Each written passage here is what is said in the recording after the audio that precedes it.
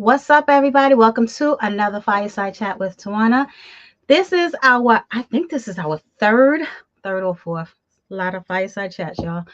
Our nominee edition. So we're going to be talking to some of our nominees for the Full Figure Industry Awards. So before we get into it, let me just send y'all a friendly reminder. November 2nd is the Full Figure Industry Awards. So if you have not saved the date, if you have not gotten your tickets, you still have time to get your tickets. We have a few left. www.theffias.com, THEFFIAS.com. Make sure you go online and get your tickets. And somewhere is my phone that I did not put on mute. So I was trying to find it before it went off. But if it goes off, I'm sorry. Anywho, I'm going to let these wonderful people do their own introductions.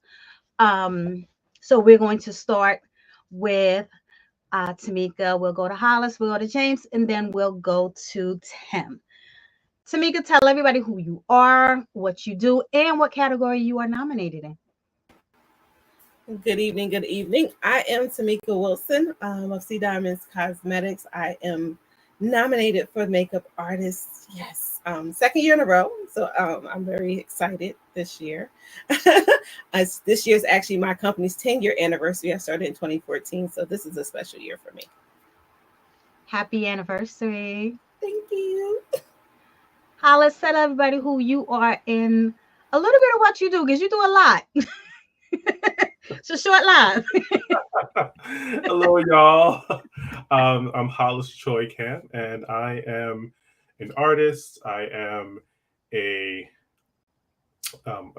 coach, an author, and also human resources as well. And I was nominated for the Entertainer of the Year. I'm so excited about that. Congratulations to you as well. I told you that he does a lot. You see, he had to stutter like, okay, where do I start? The man does a lot. James, tell everybody who you are and what you do. Hello, everyone. Good evening, distinguished panel of judges. I love it. Thank you. My name is James, of course. I am a podcaster with the lovely Tim here next to me, and we are actually co-hosts for the same podcast, which is called Thick Radio. It is a plus-sized podcast focusing on kink, queer sexuality, and all things big and lovely and gorgeous. And yeah, outstanding podcast nominees. Very excited to be here. Love it. Tim, you're up. Hi, everyone. My name is Tim. In my community, I'm known as Thicky Mouse. I work as a nurse. And as James was saying, we co-host Thick Radio together. And we are in our 4th season, and we are nominated for Outstanding Podcast. Congratulations to all of you. Well deserved. And I talk about this often. When the nominations for the Fires roll around, I get to learn a lot about people that I may not have known about before. And I came across Thick Radio in the first set of nominations. And I was like, oh, what is this? I like it. It was the spelling that got me. I was like, who are you and what are you doing over there? And so I started listening to the podcast. You guys, if you have not listened to the podcast, please go ahead and listen to the podcast. Phil is dropping everyone's links in the comment section. So feel free to go ahead and click on the links after the live, after we're over, because we want you to stay here and talk to us. And again, before I start asking all of these questions, if you guys did not get your tickets to the Fires, get your tickets now. So, Tjameika, we're going to start with you with the first question. I'm going to ask each of you a series of questions. Your first question is, so your makeup artistry clearly impacts how people see themselves, myself included, because I'm just going to say Tjameika is the reason why I wear lipstick here. How do you approach enhancing someone's natural beauty while also boosting their confidence?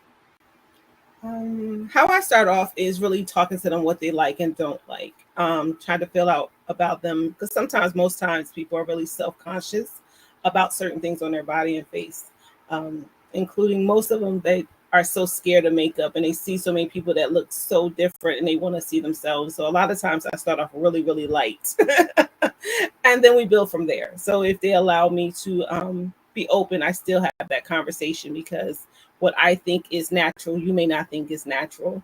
That's a lot of times the conversation. But enhancing is their eyes, giving the colors that match the clothes they're wearing, giving that pop of lipstick. A lot of times people don't want so much contour, and that's what it's about, that people see that, oh, that's too much, oh, they don't look like themselves, oh, I'm scared to look like this. And it's just being very neat with it and letting them build onto it, and then the next time we go a little deeper. So I can contest to that, because I am one of those people. And I hate to say this, but if you are one of the few people that I've allowed to do makeup on my face, Tjameika is being one of them, very few people have done my makeup. And the reason why is because I don't like makeup. I am all for the natural beauty, right? But I do get, like, when you're going to events like the fires, or you're going to a wedding, you want to, dress up your face a little bit to match, the rest of your body, the ambiance, I guess. And I don't like a lot of makeup. I don't like a lot of makeup on my face, my eyes. I don't like the contouring. I'm just a natural girl, and that's just how I like to be. And so people who do my makeup respect that, and they understand that about me, and they are able to just, do my face, and I open my eyes and I'm like, I'm happy. I have had my makeup done a couple of times where I have cried. Like, when I tell you, like, listen to people when they tell you, I don't like this. And don't try to convince people, oh, that, you'll look great if I did this TFAs. And then if they say take that shit off, then you're going to be mad. But, I'm just one of those people. So I can contest to that right there. Hollis, we're going to move on to you. As a performer, you bring incredible energy to your craft. How do you prepare mentally and physically before stepping on stage? And what inspires the performances that you create? I would say what kind of rituals I do would be meditate, definitely. So there's this kind of one meditation that I have that was created for me from a coach who focuses on clearing energy. And I listen to that before I go on. And then I would, of course, do warm-ups, vocal warm-ups, even though I don't like doing vocal warm-ups at all. And I do them. And I would basically sing or hum and sing the song maybe 2 or 3 times, like depending on where I'm at. And then really I would just kind of zone into just a quiet space if I'm able to, right before I go on, just so I could just focus and hone in on what's the purpose and why am I doing this performance. And I would say what motivates me is thinking about why am I here and what's the purpose for performing, not just for applause, not just for notability in the moment. It's really about how can I connect with someone or someones, whether if it's one person or many people in the moment. Whether if it's, or sometimes I would do kind of a call and response in my performances as well, just to engage the audience, while performing. So that whole part that you talked about, the quiet space and the singing, I do that before my fireside chats. I don't sound like you, but now y'all hear how soothing his voice is. This is how he sings. Like, his voice is just so calming.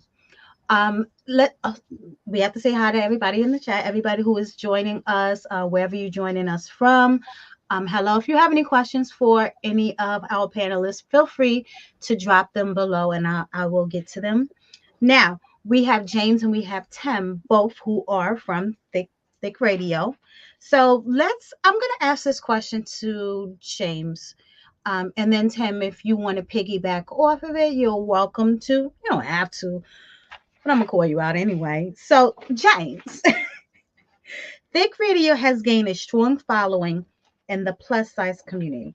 What inspired you both to create this platform? And how do you know that podcasting was the best way to connect with your audience? Oh my goodness, not the origin story. Well, look, I'll give it to you straight. You know, Tim and I are both from an online plus size male queer centric community of people that quite often, you know, there's not a lot of conversation that goes on about what we really experience, you know, and it was something that I feel like for me, I'd always seen people out and about going, yeah, we need to have real conversations. We need to tell our own stories and not let people, sensationalize things. And so it just kind of dawned on me one day where I was like, yeah, someone's got to do it. Who's got to do it? It felt like somebody went knock, knock on the door and said, hello, you could be the person to do that. And I said, yeah, I could very well be the person to do that. And I know other people in our kind of a space have done podcasting before, but when we first began to kind of do things, we really wanted to enter into it from a position of excellence. Realistically, anybody could sit down and throw some together and say, oh, we're going to do this and we're going to talk to these types of people. But I think creating something that prioritizes that sense of excellence really invites people to say, oh, there's something of quality and substance to what's going on here. So I think that's something that's always really resonated and continues to resonate with listeners.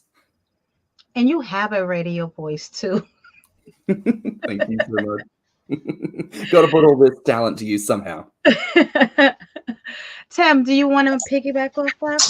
Well, I'd like to add that another reason I think that we decided to create this podcast, because and the whole reason why we chose podcasting was because I was attempting to do one on my own, and I didn't realize what a daunting task that was going to be.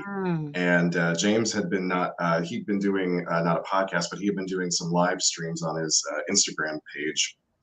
And I believe it was someone said, hey, you should check out this guy, referencing to me. And James and we just started talking, and we were having such a great conversation. I was like, this really ought to be recorded.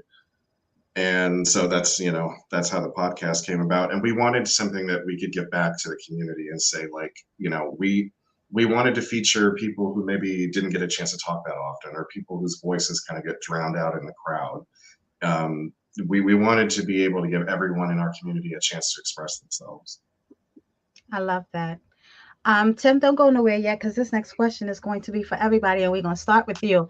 We're going to work backwards, I guess, the way you're on my screen. Tim, James, Hollis, and Tjameika. Everybody's going to answer this question, okay? So,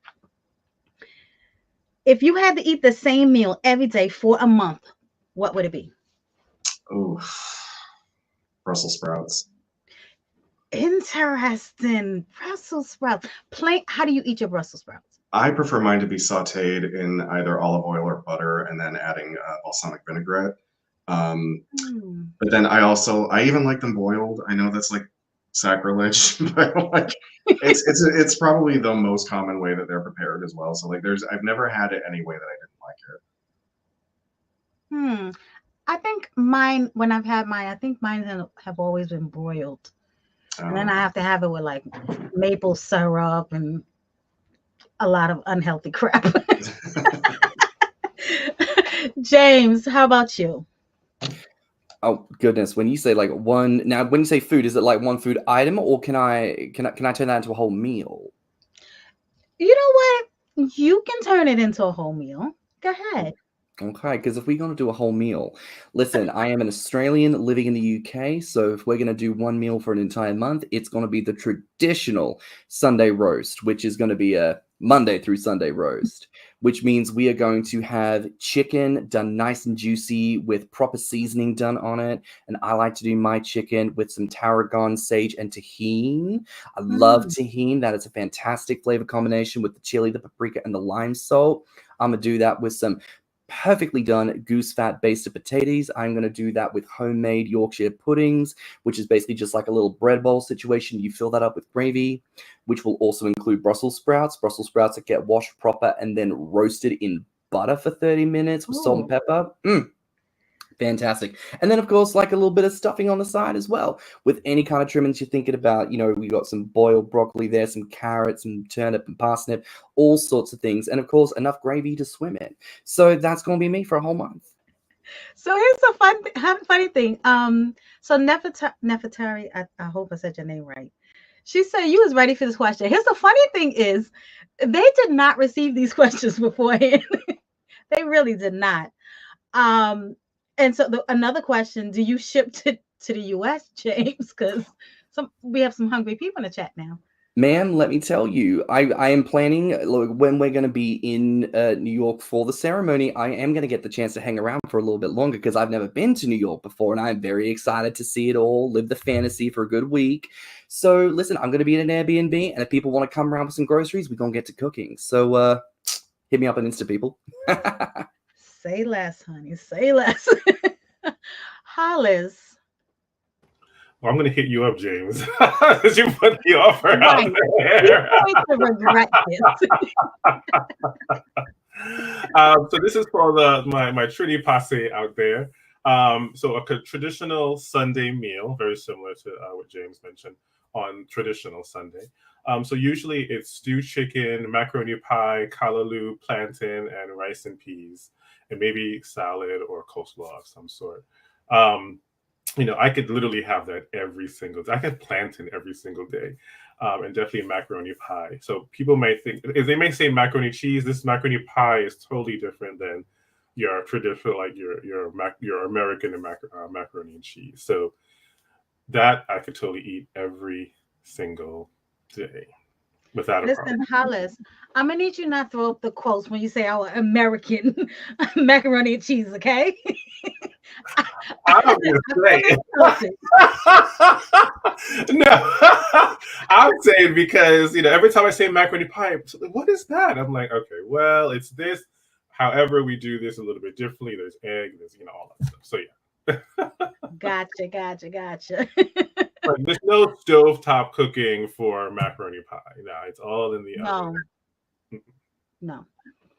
All right. So Tanisha said I tuned in on the perfect part. We're talking about food. Okay. Yes to the Caribbean Sunday dinner. All right. So let's go back to the questions. Ready? So with this time, Hollis, we're gonna start with you. We're gonna do Hollis, Tim, James, and Tjameika. Okay. Question number 2. Oh, I think we forgot about Tjameika for the Tjameika. I done left you out. Girl, I don't care. We were friends for a minute. I was about to say I'm a Caribbean girl by heart, and you just kicked me underneath the bus. Okay, My bad. That's all right. I got you. This is a lovely live stream, y'all. My bad. Tjameika, what we eating? Because I don't eat that much, so that's why she skipped me. Because I don't eat a lot, and I'm allergic to everything. It's truthfully why she skipped me. But yes, I don't eat meat anymore, so I'm on a seafood diet. So I can do the seafood pasta with the crab meat and the shrimp and my pasta. I can do your macaroni pie, and I'm killing for plantains every day. Okay, so I'm honorary island girl for my friends because that's all we do is eat island food. But yeah, I can do that. Or pizza. I'm plain Jane. Girl, I said one. That was my whole meal, like pasta, salad. Pizza on the side? Huh? You eating pizza on the side? Yeah. Oh God. That's right. Breadsticks, pizza. Said nobody ever. This is why I skipped her, because I just knew she was gonna come with some nonsense. All right, y'all remember the order I said, right? Because I don't remember now, because Tjameika done came in and messed everything up. I know it was Hollis first. So, what has been one of your most memorable moments in connecting with an audience, and how do you ensure that your performance resonate with such a wide range of people? I would say one of my most memorable ones was actually this past Labor Day. Labor Day, I did a Porch Fest in Maplewood, New Jersey. And it was intimate because I performed in front of a house, and it was maybe about 25 people that was there, and I was able to. It was just a guitarist and me, and I was able to just basically tell a whole story through music. So kind of telling the story of love, whether if it's breaking up or finding love um, or finding love again. And I did a bunch of covers, and I also did some songs from my album. But in the moment, I would say was as I mentioned before about call and response. So there's a song that I have called Enough, which is basically talking about I am enough, we're enough, we're all worthy.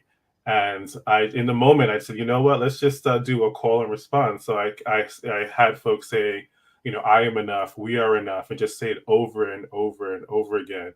And that does something, right, to your brain when you speak something. Absolutely. And definitely when you're saying I am enough, we are enough, you believe that we are. So I would say that was definitely a moment. And then there were some moments where, depending on the song, I did see some emotions from the audience. Um, and I think part of that is because of how I was presenting the lyrics in the moment. Because in this particular song, another song was "Don't Want to Lose You Now" by Gloria Estefan, which I shared a bit about my story and how that song was chosen for this particular performance, and then, of course, how I made it my own. And there were some folks who were emotional during it because of maybe what they were going through was very similar. There is a lot of power in music. Oh boy. Oh Oh, yeah. Lord. Yes, music is therapy for me. What I'm gonna ask you one follow-up question, Tim, before I get to your question. Hollis, other than your own songs, what Mhm. would be your favorite song to sing? Ooh. So I'm a ballad guy. I Hmm. love a slow ballad. Actually, probably would be. Ooh. Um, it's a Whitney Houston song, and it's escaping me at the moment. Um, Come on, Whitney is it Houston. "Don't Make Me Close One Door"? Well, that's not the name of the song, but that's part of the lyrics. Let me sing. No, I'm just kidding. I mean, that one I get real emotional, like in charge in the moment of like feeling that heartbreak. So that's one of my favorites. I would definitely do during just karaoke, just to play around with it too. All right. One day I want to hear you sing this song. Tim, we're going to go on to you. And let's talk about content creation. When you brainstorm this question is going to be for you too, James. When you brainstorm topics for episodes, how do you balance humor, education, and representation to create content that resonates with your listeners? So, like, I'm a big proponent of education, especially when it comes to things that you're maybe not familiar with or might even be uncomfortable with.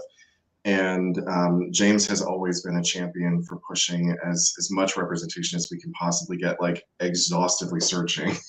James knows how exhaustively we have tried to search for certain guests. And then as far as the humor, James is very witty. I think that I kind of bring this sort of stoner dad kind of energy to the whole thing, which people seem to enjoy. And I say goofy things sometimes, or I'll just have like a random thought interjection. But James knows how to wrangle me in. So I just think we kind of form a yin and yang and because we have a genuine friendship, we are best friends. I think that energy translates, and people want to listen to two best friends have a conversation. I love that. James, before you answer that, Hollis, the name of the song is I Have Nothing. Thanks, Phil. James, you want to piggyback off that? Sure. And listen, I got to tell you, for all the brilliance of the podcast, of course, and we're here to celebrate it. I've got to tell you, like, the friendship with Tim is like the most incredible takeaway, because like I didn't just get like a co-host out of this shindig. I got a best friend, and I do feel like I agree. Like that is the core of what we do. Is like I said, anyone can sit down and say, like, I got something to say. I'm going to let you know, and people going to listen. And sometimes I think it's a question of like, well, why are people going to listen? Like, what is it about what you're saying that is different, that is unique? What's the spin that you're going to put on it that really is going to make someone sit down and go, oh, I'm going to learn something from this? And I do think that there is an earnestness in what we talk about. I think because there's an honesty in being able to really go there with some really challenging subjects, it offers an opportunity to still have humor, because humor can be a wonderful salve to truly troubling topics. And I think it allows us to remain human throughout the whole thing. So no matter what topic we talk about, and listen, if you look through the back catalog, we have talked about a heck of a lot. But I think it is that combination of humanity with that realness, that humor, that allows us to move forward and tackle really any subject the way that we do. Good. I love that. And I love that you guys found this friendship with each other. When you have a podcast co-host, and you guys have to talk a lot, not just when it's time to do the show. That's important. To have that chemistry is super important. You actually have to love each other, because if you don't, podcast ain't gonna last that long. Tjameika, you thought I was gonna forget about you again? I'll be trying. All right. So you ready for your question? Yes, sir. Okay. When preparing for a project, whether it's a photo shoot, runway show, or a client session, because you do a lot, what is your creative process like? Do you have a signature technique or a favorite look that you love to create? So when it's for my clients, I actually have them send me a picture of themselves and also looks they like, so we can come to an agreement of what will work for them. A lot of times when it's for fashion shows and different events,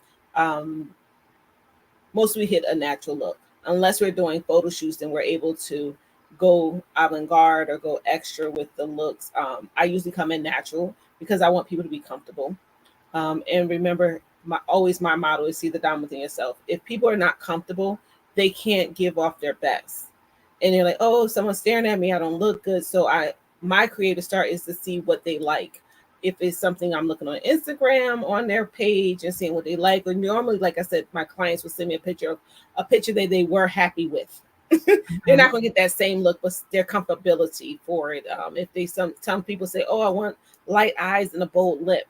But then when they get that bold color, they're like, oh, that's too much. Like, so we kind of have to have that conversation of understanding who they are. So everyone's different. So do you have a favorite style that you like to create?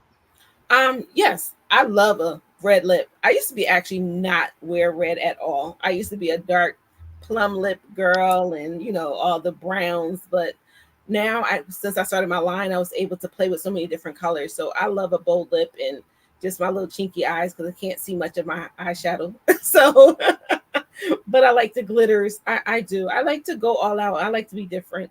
I don't feel that you always have to wear big lashes to show your eyes. It's just really with the liners and stuff like that and bringing your eyes out. I'm a chinky girl, so I go with my chinky eyes. I'm not a huge fan of the spider lashes. That's what they remind me of. It's just a whole lot. And I wish people would understand how much of a disadvantage they put themselves in when it comes to photo shoots, because you can't see your eyes. It's annoying. So you can have long lashes, but people have to understand the band has to be thin so you can lift up your eyes. Like me, I have really small eyes, so no matter what I wear, it's really going to look like I have a lot on. So it is knowing what the event is for and where you're going. Every day you should not wear the same eye look. I'm sorry, this doesn't go. Go to the grocery store. Let me put these spider legs on my eyes.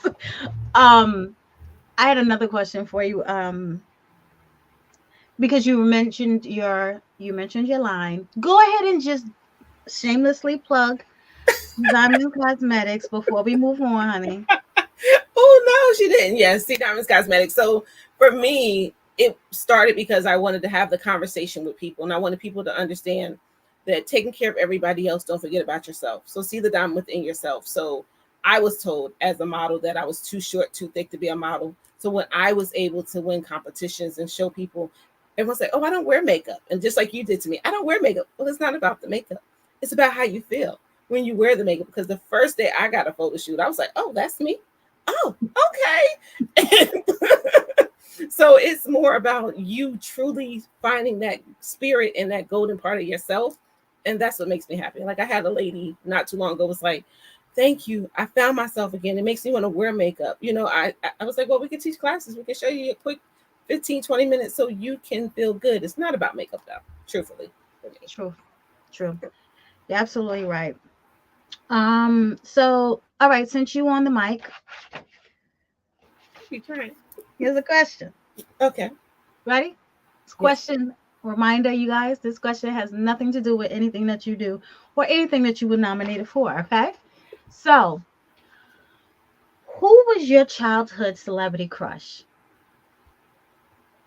Child of high school. And still my crush, Busta Rhymes. I always loved him. Ah, I love the deep voice Islanders. Yes. Always been in the in the circle. But yeah, I loved his voice, the deep raspy voice and speaking fast. And my mom always told me I talk too fast. See, look, down in the comments, they saying Busta. Everyone knows I love Busta. Still to this day. okay. Hollis, how about you? Oh man, I was trying to think real fast. Ooh. While you're thinking, Yes. okay, so this is gonna sound real cheesy. My childhood crush, I actually had two, but I was in love with Bobby Brown, and I was in love with Scott Bale.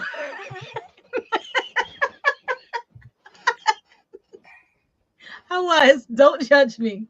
It was just something about that guy. Yeah, but Bobby Brown was my guy. He was my guy. Not anymore, but you know.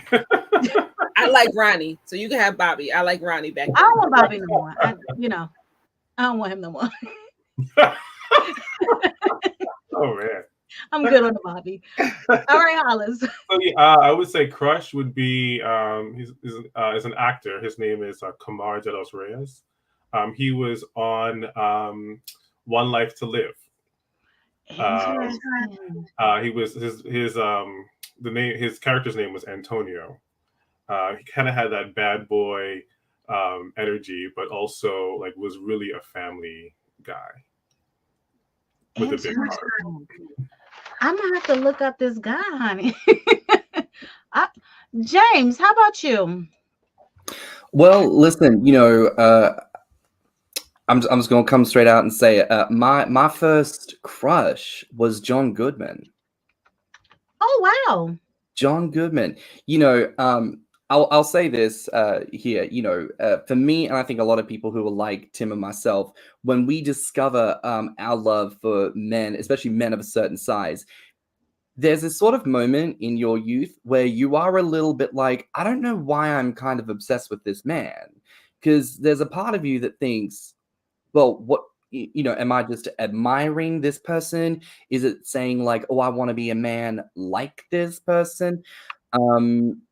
But no, as a full-fledged adult, I can tell you, no, it was a crush, and to this day, I probably still would with Mr. John Goodman. But to add some flavor to that as well, the actor who plays Namor in Black Panther 2, Tino Huerta, is so stunning, so gorgeous, just no notes, no nothing, just don't even try it. The man is mine. Love. Tim, what about you? This is kind of cheesy. I'm not sure if it's as cheesy as Scott Baio, but I love it. I was a teenager in the late 90s, and as a fan of Buffy the Vampire Slayer, I gotta say it was David Boreanaz. Angel was kind of the bad boy of the late 90s. I can see that. Bruce Leroy. Oh, okay, Cassandra. I like. who Tamak from Last Driving. I'm saying the name wrong. I am right. I Tamaik. Sorry. I sorry. I've never seen The Last Dragon. I'm gonna move on before y'all cuss me out. Oh yes, I remember. Okay, hands down, we have Justin Timberlake. Okay, Justin Timberlake. Listen, I knew Scott Bale was going to be cheesy, but you know, yeah, that was one of my guys. Let's see, what order are we gonna do this in? Um,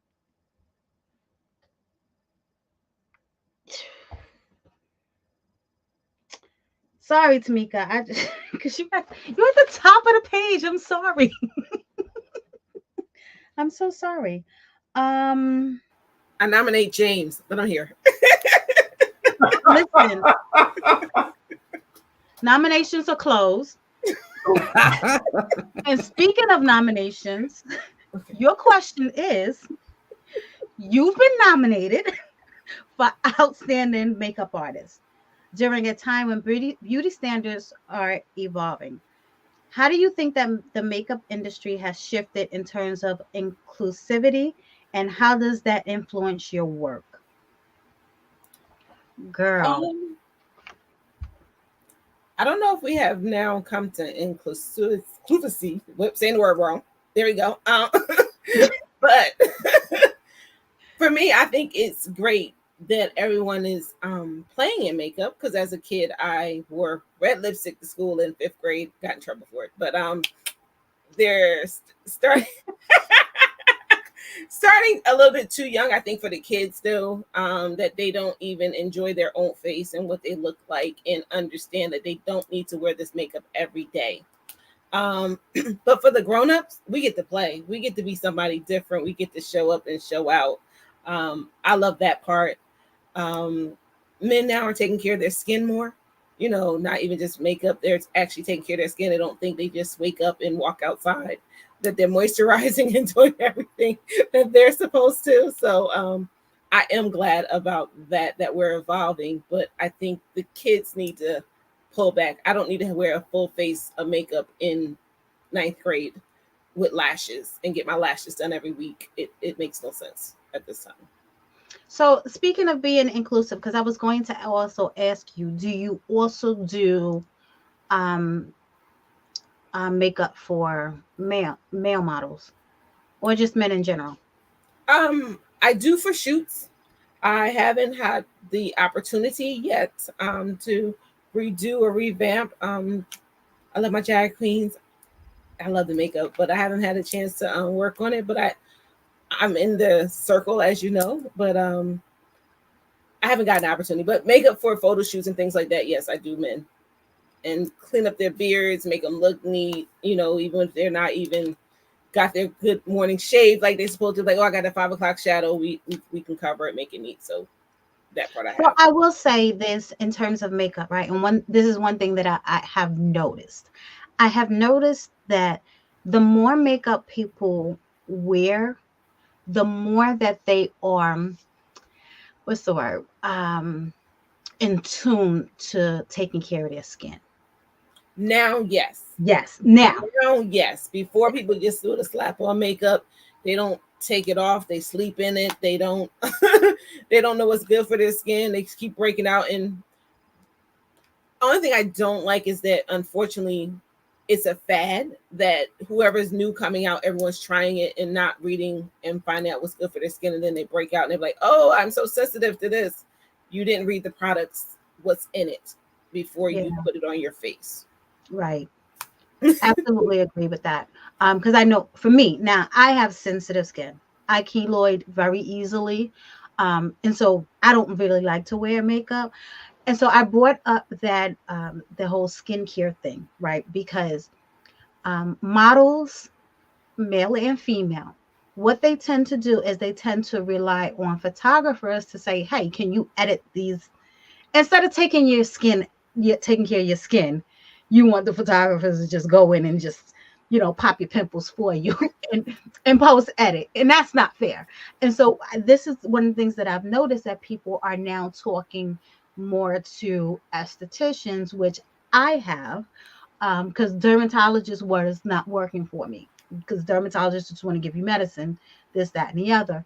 Estheticians are really going to help you really take care of your skin. And so that's one of the things I really love, that some people are really just in tune to now to just really taking care of their skin, rather than going and sitting in the chair and getting their makeup done, and they got bumps, that the makeup ain't gonna hide them bumps, honey. You know how many layers you need? The miracle workers, yes, we are Yes. magicians sometimes, Yes, and that's what people look for. magicians. But yes, they need to take care of their skin. But it's before even. But that's what I said. The younger generation, they need to get into knowing that about their self skin and stuff like that, and not just the cleansers and the creams and just throwing things on. And now people are using, what is it? The pink lotion that's supposed to be for your I'm sorry, skin. what? The pink lotion, I forgot the name of it, that they're putting a calamine lotion. They're putting underneath their foundation. Yep. So this makes the nice base and it looks pretty. It does, but that's not good for your skin to be used. So don't look like that. It's a fad that people are using. I've never heard this before. That is so crazy to me. Oh my gosh, no, it's really milk of magnesia they'll put on their face. It's like a lot of crazy stuff so they can get that perfect look instead of finding the right primer and actually fixing their skin. So they don't need all this. Before I move on, let me just, okay. Somebody pronounced the name right for me. It wasn't Tamak. Thank you, Cassandra. I appreciate that. So rapper Mace. Okay, Tanisha, I see you liking Mace. That's I can see that. Leonardo DiCaprio. Yes. Okay. JT. Who's JT? Okay, you still love JT. Who's JT? Should I know who JT is? Who that is? Justin Timberlake. Oh, okay. Look, yep. He's like, you don't know? He like, you don't know? No, JT? yeah. Sorry. Girl, no. Sorry. JT. Okay. Justin Timberlake. That could be so many more people. All right, we're moving on. Hollis. Entertainment is constantly evolving, as we know. How do you keep your creative ideas fresh and adapt your performances to stay relevant in an ever-changing industry? So first, I would I would just listen to a lot of different types of music, and also listen to music from before my time, during of course, my music, like my fun music era, which is like 80s, 90s, early 2000s, and then the new artists of today. So I would say that usually would inspire me, and then also, of course, world music. And it's interesting around when you said about how do you keep up with the entertainment industry, and this was something that I thought about 20 something years ago, where I was like, I would love to be on stage, I would love to sing, but did not do it then, for many different reasons. But now, 20 something years later, and at 47 years old, I get to do it on my terms, and I get to do it my way, and I get to do it as an independent artist now. So therefore, I could stay at this moment, I could stay true to me and what I want to do, without following trends, or certain trends. So, when I wanted to do, when I, was started to seek out certain producers and collaborators, for the music, I really kind of, run the gamut of people from different, countries and such, and kind of chose from there, on how would they relate to the lyrics, or the concept, and without just like following the trend. I will say on my album, it doesn't, and my music is all over. When I say all over the place, meaning it's different types of sounds on the album. And for me, that was important because I do like a lot of different types of sounds. and music, and also topics. So this was important to me. This project, this music, this album was important to me to stay true to what was going on in the moment, and what stories I'm telling, and what I want folks to get from my stories, as well. I will say, Phil and I was listening to your album in the car. I don't remember where we were coming back from, but we were listening to it. And that was one of the things that we said, like you have such a range in your music. It's not just one type of music. It's just as you said, all over the place. It's like so many people can just, press a track and be like, I love this right here. So good job on that. So y'all, JT is universal for NSYNC, okay? Just learned y'all something because I knew that. James, we're gonna start with you, and Tim, you can chime in. What impact do you hope Thick Radio has on listeners, especially those who may feel underrepresented or overlooked in mainstream media? And how do you continue fostering a sense of community through your podcast? Oh my goodness. I mean, well, community, I think, first and foremostly is intention. And it's something you have to choose every single day. And, we talked before, Tim and I are besties, and we choose each other every single day. We choose to make time to talk to each other, both for podcast work and outside of that. It's something to the point where, every now and again, we get people messaging us where they'll say, like, oh, I know we were just on Zoom doing a recording, but do you guys ever hang out on Zoom just chilling and vibing? And we're like, yes. And so the invitation is always open to everyone to come and hang out with us, just to spend some time vibing with people and having conversation. And, fostering that sense of community is a choice. It's active work, and it can be hard work, I think, at times, but it's very necessary work. I think each and every one of us, no matter what category we're nominated in, no matter how many nominees there are, every single one of us contributes to making that sense of building community that much easier. Because once you start that process, it becomes so much easier just to keep it going. And in terms of what kind of impact I would like to hope that the podcast could have, our community in particular is very poorly represented in the media. Oftentimes it's portrayed as being very salacious, a lot of non-consensual things going on, which is very untrue and just very not good. It's not good. And it's not honest to who we are and what we do. But what is lovely is the people who will write into us and say, I randomly came across your podcast and it challenged me to think differently about how I see people who are like you, and made me realize that I shouldn't be thinking that way.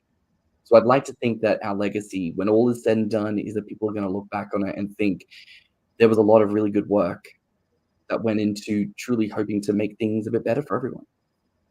Love, love, love, love. Tim. I hope the impact that we have is that we kind of become a community hub, because our community does have online spaces, but they're a bit antiquated. They're not often updated. They're not really cared for, and they kind of just dissolve into chaos over time.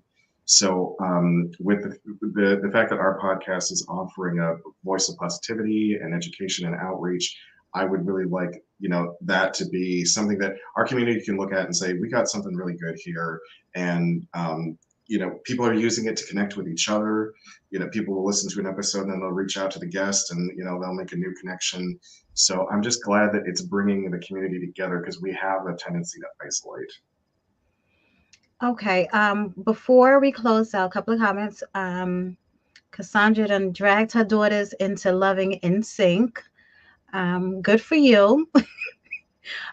She said that your music definitely has range, Hollis, and she loved your response, James, the one about community. All right, y'all. So we're gonna close this out. Where we gonna start? We're gonna start with Tjameika, because Tjameika looked like she sleep. No shame. I was kidding. I like to mess with you. So we're just gonna start in order.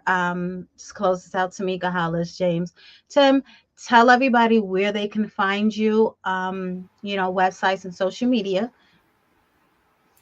Hi everyone. So, C Diamonds Cosmetics is through Instagram, Facebook. As you see, spell my name Tjameika _ the model on Instagram, TJAMEIKA. My mama knew I was gonna be a star. I always tell people. So you can find me anywhere on all platforms. My email address, cdiamondscosmetics@gmail.com. If you're looking for anything, my website, cdiamondscosmetics.com. And again, it's my 10-year anniversary. So if you use code anniversary, get 25% off. Join in. Listen, I'm going online after we finish this live. So just make sure you have my stuff ready. Hollis. You can find me on Instagram as Hollis Choy. You could also go on my website as I am Choy. And also on all the streaming platforms, music platforms, you could also find my music there as Choy. What is Choy? Choy your middle name?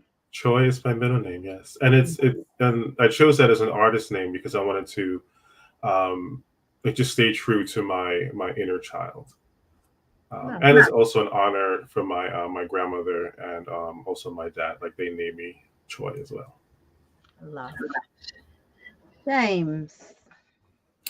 Well, you can find me personally on Instagram at Stanham. And you can find the podcast at thethick.radio@gmail.com. That's our email. We're at Thick Radio on Instagram. Tim. You can find me on Instagram, Twitter, YouTube, and TikTok at Thicky Mouse. Thicky Mouse. Who gave you the name Thicky Mouses? Well, I'm a Disney nerd. Like I was raised on Disney. Like my parents just sat me down in front of the Disney Channel, and I wouldn't move for 5 hours. So I was trying to come up with a punny name, and I was like, oh well, Thicky Mouse. I just thought like it just worked. I love that. When I was looking up y'all personal Instagram, and I was like, Thicky Mouse. Okay, we're gonna talk about that.